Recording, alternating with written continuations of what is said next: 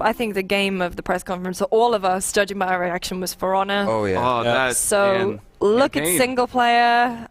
From the sounds of it, it sounds like there's 3 single-player campaigns. That was the vibe I got. Yeah. Yeah, it wasn't super clear, but they were talking. They described what each campaign would essentially entail. Yeah.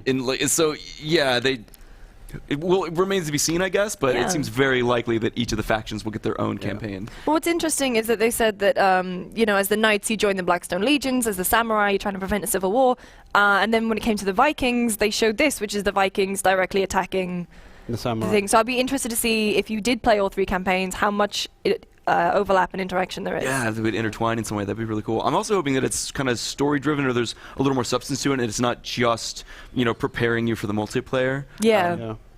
A lot of developers seem to be doing that kind of thing now. Like, Siege is another Ubisoft game that, you know, they had these sort of single-player missions, but really they were just kind of teaching you the mechanics so you could jump into multiplayer, and they were fun, but it wasn't really a true campaign. So I'm kind of hoping For Honor like really goes for it and does a robust, complete, story-driven campaign. It looks stunning as well, and the combat seems to flow really well.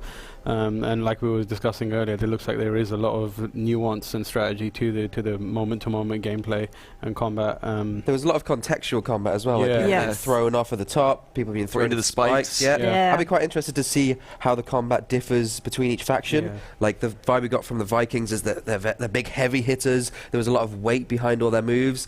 I'd assume that the Samurai are a bit more fluid, a bit more agile. Maybe the Knights are somewhere in between.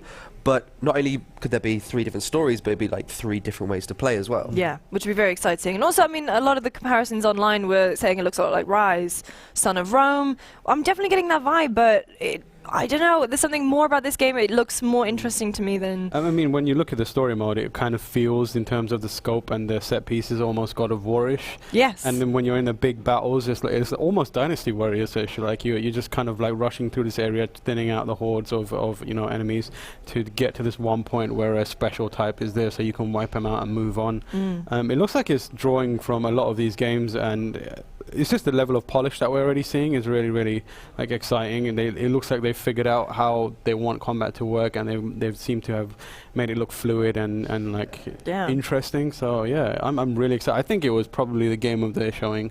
Yeah, for sure.